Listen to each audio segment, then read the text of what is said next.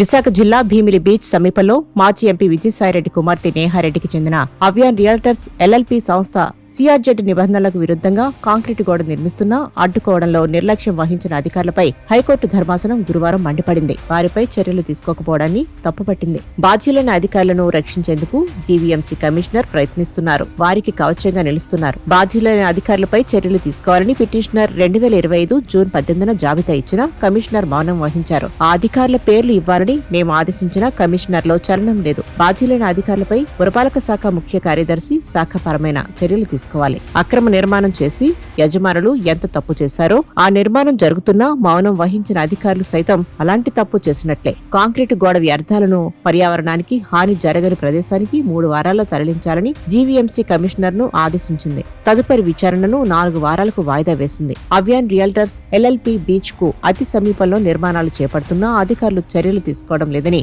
Janasena corporator పిఎల్విఎన్ మూర్తి యాదవ్ 2024లో హైకోర్టులో పిల్ వేశారు. భీమిలి సిఆర్జెడ్ జోన్ పరిధిలో నిబంధనలకు విరుద్ధంగా శాశ్వత రెస్టో బార్లు ఏర్పాటు చేశారని, దీంతో తాబేళ్ల ఉనికికి ప్రమాదం పొంచి ఉందని పేర్కొంటూ గ్రామాభివృద్ధి సేవా సంఘం అధ్యక్షుడు గంటా నూకరాజు మరో పిల్ వేశారు. వీటిపై హైకోర్టు విచారణ జరిపింది. అధికారుల ఉదాసీనతను తప్పుబట్టింది.